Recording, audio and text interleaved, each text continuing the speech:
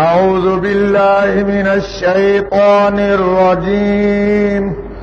بسم الله الرحمن الرحيم.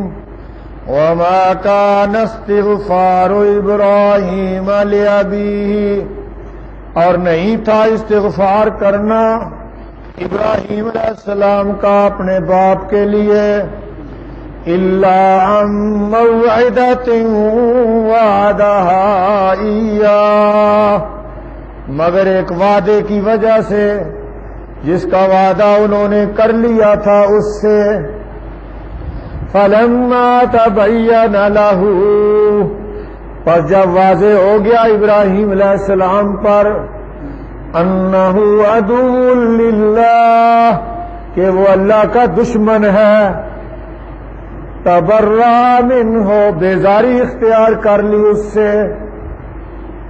ان ابراہیم لأواہ حلیم، بے شک ابراہیم البتہ آہوزاری کرنے والا، تحمل والا تھا۔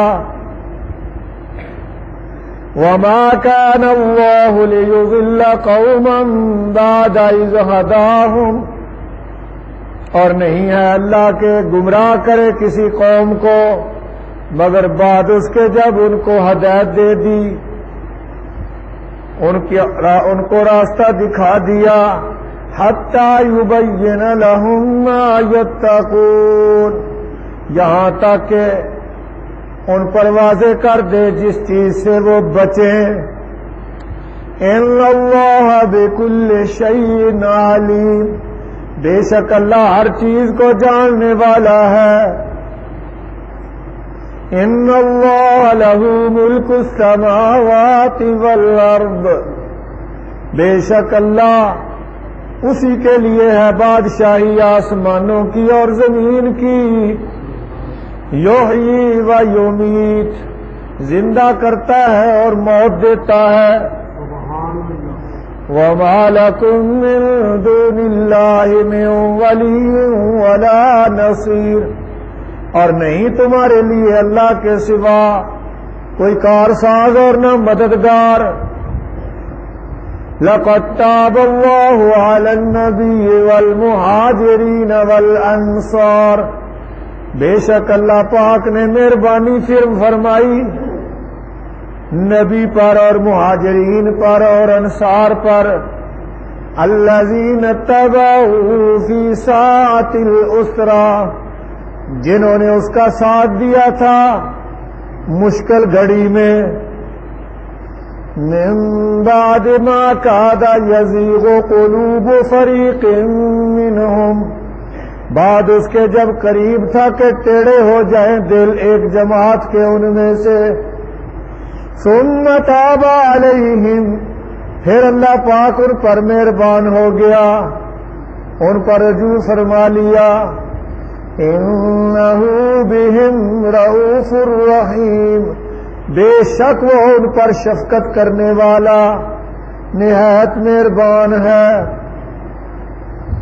وعلی الثلاثۃ الذین خلفوا، اور ان تین پر بھی مہربان ہو گیا جن کا معاملہ پیچھے چھوڑ دیا گیا تھا، جن کا معاملہ ملتوی کر دیا گیا تھا۔ حتی اذا ضاقت علیہم الارض بما رحبت، حتیٰ کہ جب تنگ ہو گئی اوپر ان کے زمین باوجود اپنی وسعت کے۔ وضاقت علیہم انفسہم، اور تنگ ہو گئی اوپر ان کے جانیں ان کی۔ وَظَنُّوا أَن لَّا مَلْجَأَ مِنَ اللَّهِ إِلَّا إِلَيْهِ، اور انہوں نے یقین کر لیا کہ ان کے لیے کوئی جائے پناہ نہیں اللہ سے بچنے کے لیے مگر اسی کے پاس، اللہ کے پاس۔ ثُمَّ تَابَ عَلَيْهِمْ لِيَتُوبُوا، پھر اللہ ان پر مہربان ہو گیا تاکہ وہ توبہ کر لیں۔ ان اللہ هو التواب الرحیم، بے شک اللہ ہی وہی ہے توبہ قبول کرنے والا نہایت مہربان۔ سبحان ربک رب العزت عما یصفون، وسلام علی المرسلین والحمد للہ رب العالمین اللهم صل على محمد وعلى آل محمد كما صليت على إبراهيم وعلى آل إبراهيم إنك حميد مجيد اللهم بارك على إبراهيم وعلى آل إبراهيم حميد مجيد. آج رمضان المبارک کی 23 تاریخ ہے اور ستمبر کی 3 تاریخ. آج کے سبق میں 5 آیات مبارکہ پڑھی گئی ہیں. سورۃ توبہ کی آیت نمبر 114 سے لے کر 118 تک. گزشتہ آیات میں ذکر آیا تھا کہ اگر کسی کا قریبی کوئی رشتہ دار، والد، ماں، بھائی، چچا، تایا، والدہ شرک پر مر جائے، کفر پر مر جائے تو ان کے لیے استغفار کرنے کی اجازت نہیں ہے. اگر پھر بھی ان کے لیے استغفار کرتا ہے تو گویا وہ اللہ کے حکم کو ماننے کے لیے تیار نہیں. بعض سلف صالحین سے ابن کثیر نے نقل کیا ہے کہ پھر اس کی بھی بخشش نہیں ہوگی جو باوجود مشرک ہونے کے کہتا ہے کہ نہیں میں تو منگاں گا. تو اللہ تعالیٰ نے منع کر دیا ہے. باقی رہا یہ سوال کہ ابراہیم علیہ السلام اپنے مشرک باپ کے لیے کیوں استغفار کرتے رہے، تو اللہ نے اس کا جواب دیا ہے کہ وہ اس وقت تک باپ کے لیے استغفار کرتے رہے جب تک کہ ان پر واضح نہ ہوا کہ میرا باپ جو ہے یہ ہدایت کے قابل نہیں، یا جب وہ مر گیا شرک پر تو پھر انہوں نے اس سے بیزاری اختیار کر لی. تو زندگی میں تو آدمی دعا مانگ سکتا ہے کہ اے اللہ میرے والد کو ہدایت عطا فرما، چاہے وہ کتنے بڑے کافر ہوں، کتنے بڑے مشرک ہوں، مرنے سے پہلے پہلے ان کے لیے ہدایت کی دعا مانگ سکتا ہے. لیکن جب پتہ چل جائے کہ شرک پر مر گیا ہے، کفر پر مر گیا ہے، تو پھر اس کے لیے مرنے کے بعد استغفار کرنے کی اجازت نہیں. چنانچہ ابراہیم علیہ السلام نے بھی اپنے باپ سے وعدہ کیا تھا کہ میں تیرے لیے اللہ سے بخشش کی دعا کرتا رہوں گا. یہ وعدہ کب کیا تھا؟ جب باپ نے ان کو گھر سے نکال دیا تھا. اس کا ذکر سورۃ مریم میں آتا ہے.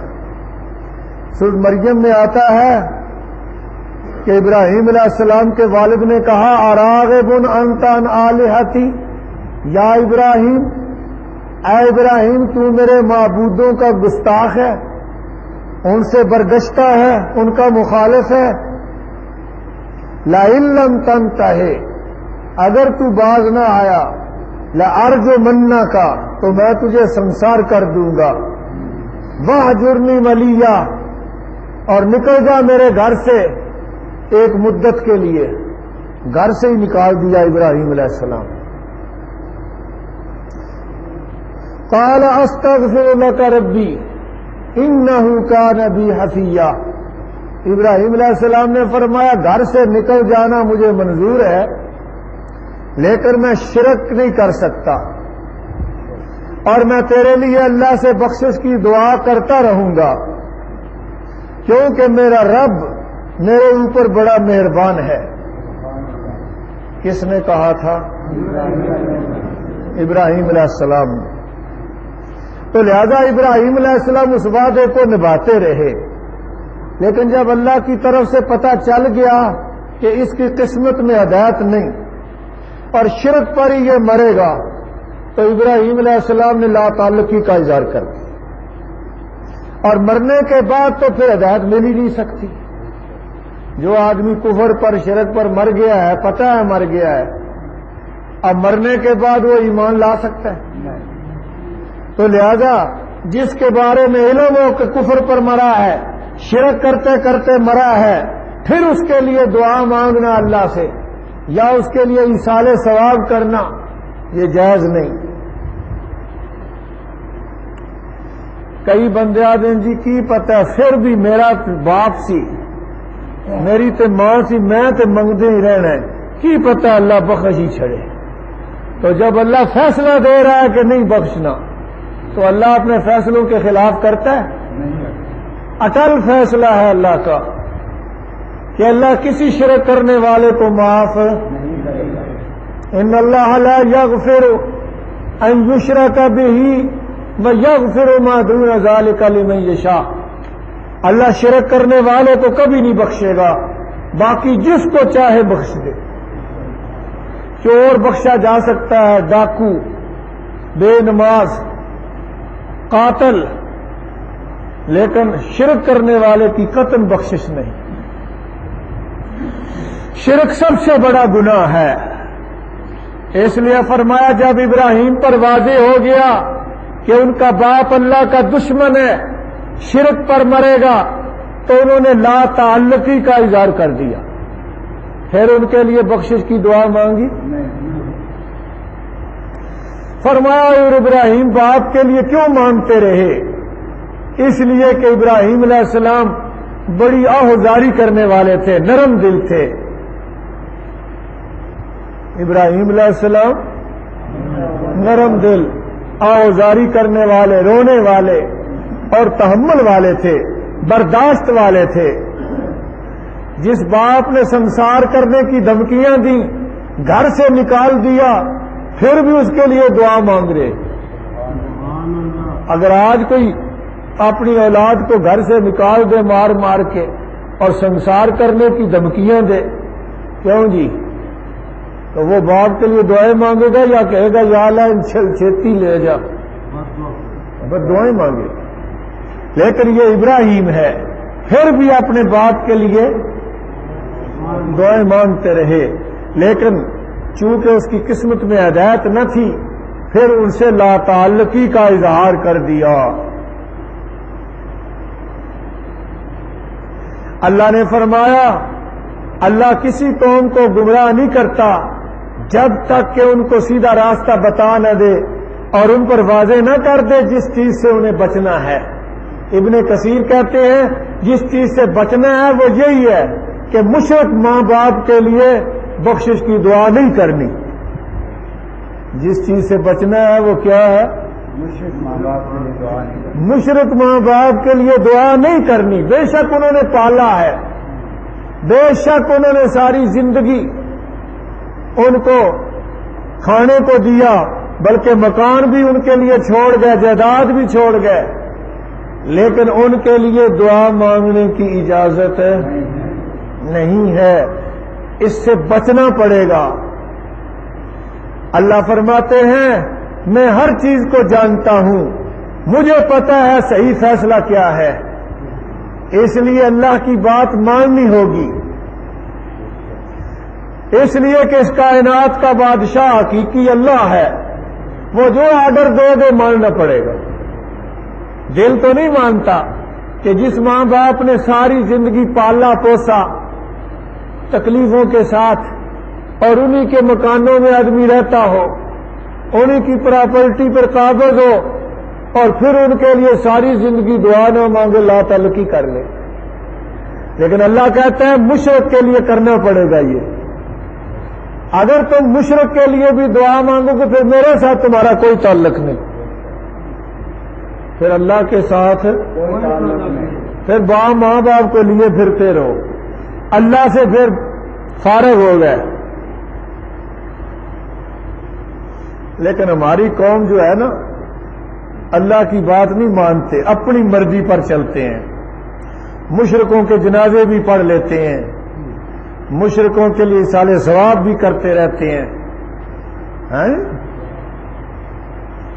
وہ ہمارے بزرگ نہیں آئے وہ اس دن مجھے کہنے لگے جی کہ میرا بھائی پتوں کی میں ہوتا ہے, ان کی کوئی امداد کرنی ہے. میں نے کہا وہ تو نماز ہی نہیں پڑھتا. کہ نماز سے وہ نہیں پڑھتا. تو میں نے کہا پھر آپ کو اس کی اتنی فکر کیوں پڑی ہوئی ہے؟ وہ ہے تو پڑھا نا جی میرا.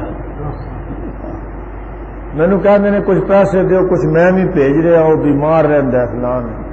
میں نے کہا چلو ٹھیک ہے بھیج لو. ہم تو رشتہ داریوں پر چلتے ہیں, تعلقات پر چلتے ہیں, ہم اللہ کی بات ماننے کے لیے تیار نہیں, لیکن ماننی پڑے گی.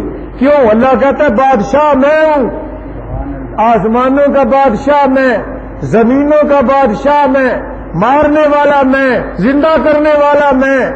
میرے علاوہ تمہارا نہ کوئی کارساز, نہ کوئی تمہارا مددگار. تو مجھے ناراض کر کے کہاں جاؤ گے؟ کیوں جی؟ یہاں تو ماں باپ کو چھوڑنے سے اللہ راضی ہوگا. حضرت ابو عبیدہ ابن الجراح نے اپنے حقیقی والد کو غزوہ بدر میں قتل کر دیا تھا. میرا دین کا اگر دشمن ہے تو میرا کوئی تعلق نہیں. ابو بکر صدیق کے ایک بیٹے نے جو پہلے کافر تھے, بعد میں کہا تھا ابا جی میری تلوار کے نیچے آپ آ گئے تھے غزوہ بدر میں. پھر میں نے لحاظ کیا کہ والد ہے. فرمایا مجھے قسم ہے اپنے پیدا کرنے والے کی, اگر اس دن تو میری تلوار کے نیچے آ جاتا تو میں کبھی تجھے معاف نہ کرتا, تجھے ختم کر دیتا. کیونکہ مسلمان کی دوستی اللہ کے لیے ہے, دشمنی بھی اللہ کے لیے. دعا کرو یہ چیز اللہ ہمارے اندر پیدا کر دے. پھر اللہ نے فرمایا کہ اللہ نے مہاجرین و انصار پر اور ان کے لیڈر حضرت محمد صلی اللہ علیہ وسلم پر بہت بڑی مہربانی کی کہ ان کو حوصلہ دیے رکھا, ان کی مدد کی کہ اتنے سخت مارکے پر جانے کے لیے تیار ہو گئے. غزوہ تبوک پر جانے کو اللہ کہتے ہیں میری توفیق سمجھو, میری مہربانی تھی کہ نبی پاک صلی اللہ علیہ وسلم بھی اتنے لمبے سفر کے لیے تیار ہے. گرمی میں مہاجرین بھی تیار ہے, انصار بھی تیار ہے. لمبا سفر, موسم سخت گرمی کا, قحط سالی کی حالت ہے, پانی کوئی نہیں, خوراک کوئی نہیں. ایک سواری کے پر 10 سوار باری باری سوار ہوتے تھے. پانی نہیں ملا ایک موقع پر تو اونٹ ذبح کر کے ان کے اندر جو پانی سٹور ہوتا ہے اس سے اپنی پیاس بجھائی. اتنے مشکل, ایک ایک کھجور کو چوس چوس کر کئی آدمیوں نے اپنی جان بچائی. اتنے مشکل مارکے میں فرمایا جنہوں نے میرے نبی کا ساتھ دیا, مہاجرین و انصار اور خود اللہ کے نبی, ان سب پر اللہ مہربان ہوا. ان سب پر اللہ, اور اللہ کی مہربانی کی ضرورت سب کو ہے, چاہے نبی ہو یا غیر نبی ہو, چاہے امتی ہو یا نبی ہو. فرمایا اللہ سب پر مہربان ہوا.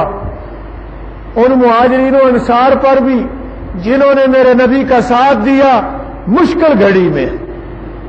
میرے نبی کا ساتھ دیا, مشکل گھڑی کون سی تھی؟ غزوہ تبوک. غزوہ تبوک, حالانکہ یہ جنگ ہوئی نہیں, مقابلہ کوئی نہیں ہوا.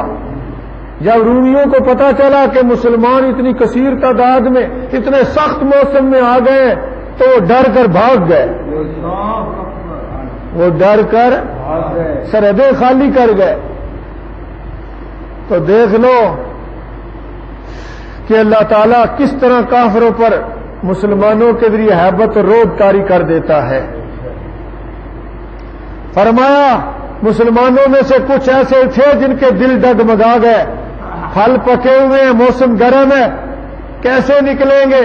لیکن اللہ نے ان پر مہربانی کی, حوصلہ دے ہی دیا, حوصلہ دے دیا. کیونکہ اللہ شفقت کرنے والا ہے, مہربان ہے.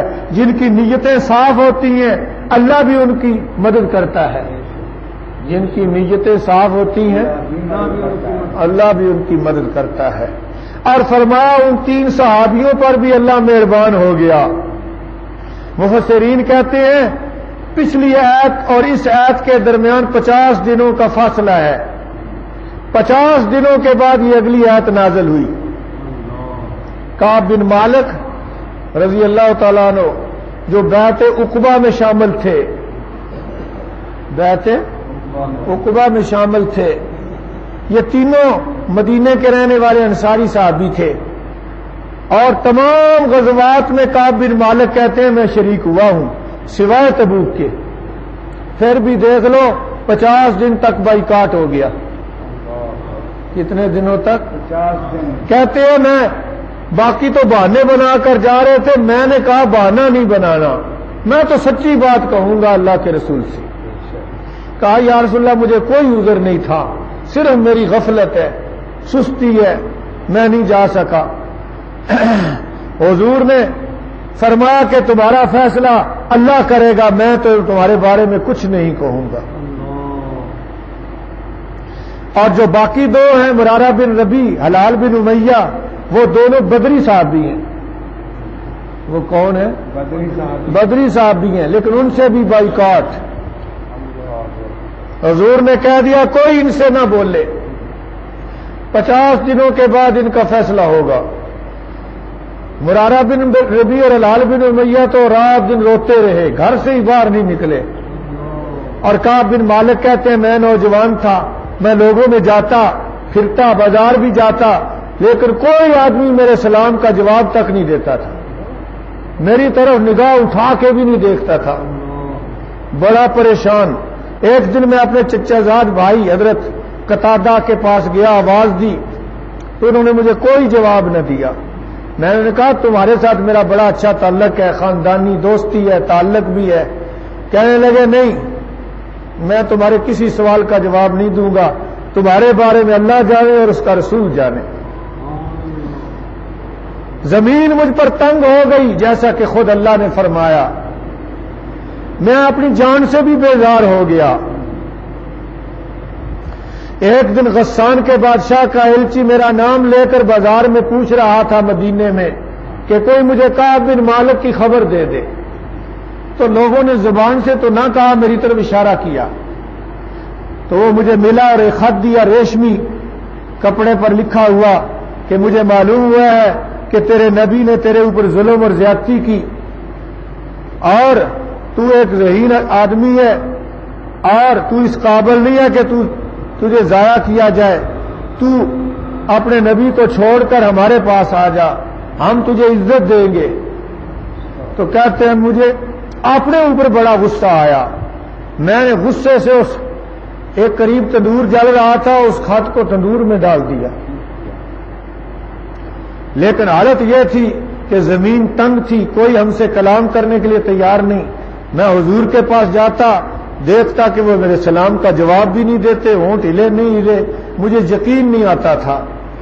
حتیٰ کہ 50 دن جب گزر گئے تو صلہ پہاڑی سے ایک آدمی نے زور سے آواز دی، وہ غالباً حضرت عمر تھے یا ابو بکر صدیق تھے، کہ اللہ تعالیٰ نے 3 آدمیوں کی بخشش کر دی۔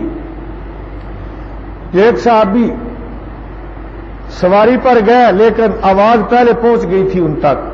پھر کیا تھا کہ چاروں طرف سے مبارکبادیں آ رہی ہیں، سب مجھے مل رہے ہیں، اور میں نے کہا یا رسول اللہ کہ مال کی وجہ سے ہی میرے اوپر یہ مصیبت آئی، میں نے اپنا سارا مال دین کے لیے وقف کر دیا۔ حضور نے تیسرا حصہ لے لیا، باقی کو میرے پاس ہی رہنے دیا۔ ان کے حوالے سے یہ حدیث بخاری مسلم میں موجود ہے۔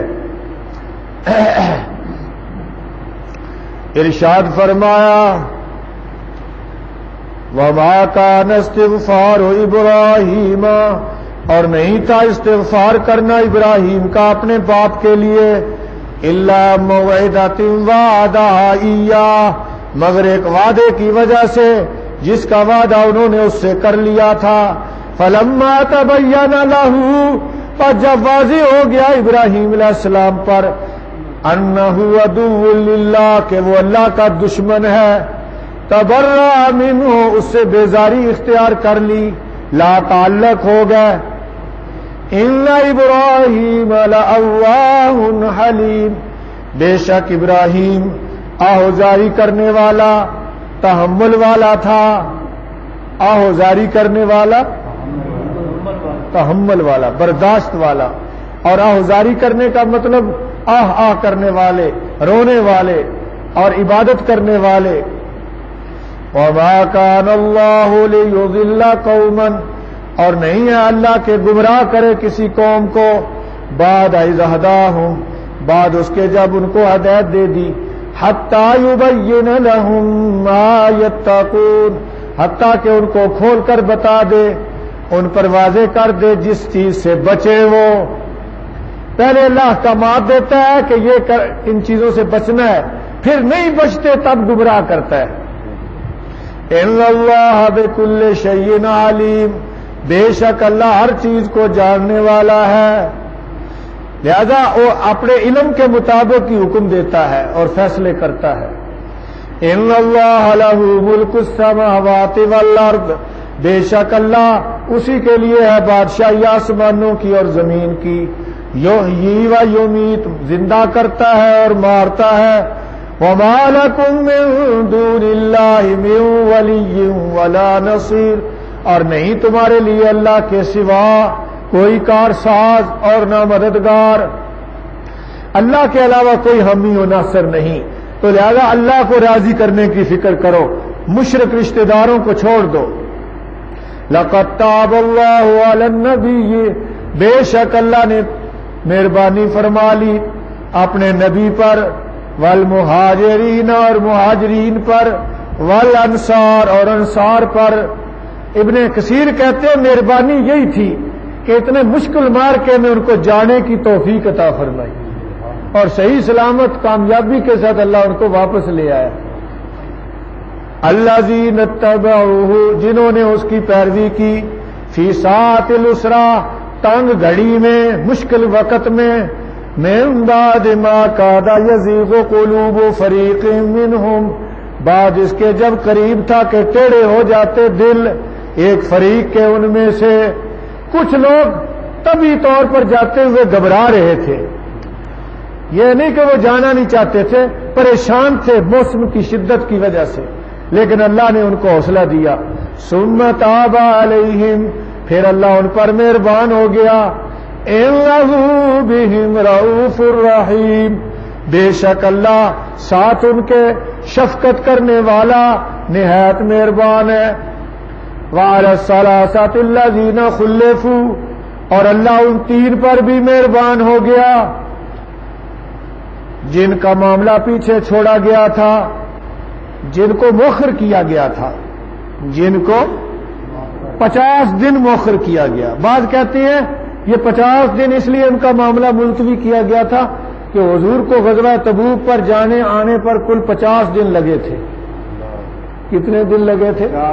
50 دن، نہ ساتھ نہ جانے پر 50 دن پریشانی اٹھانی پڑی۔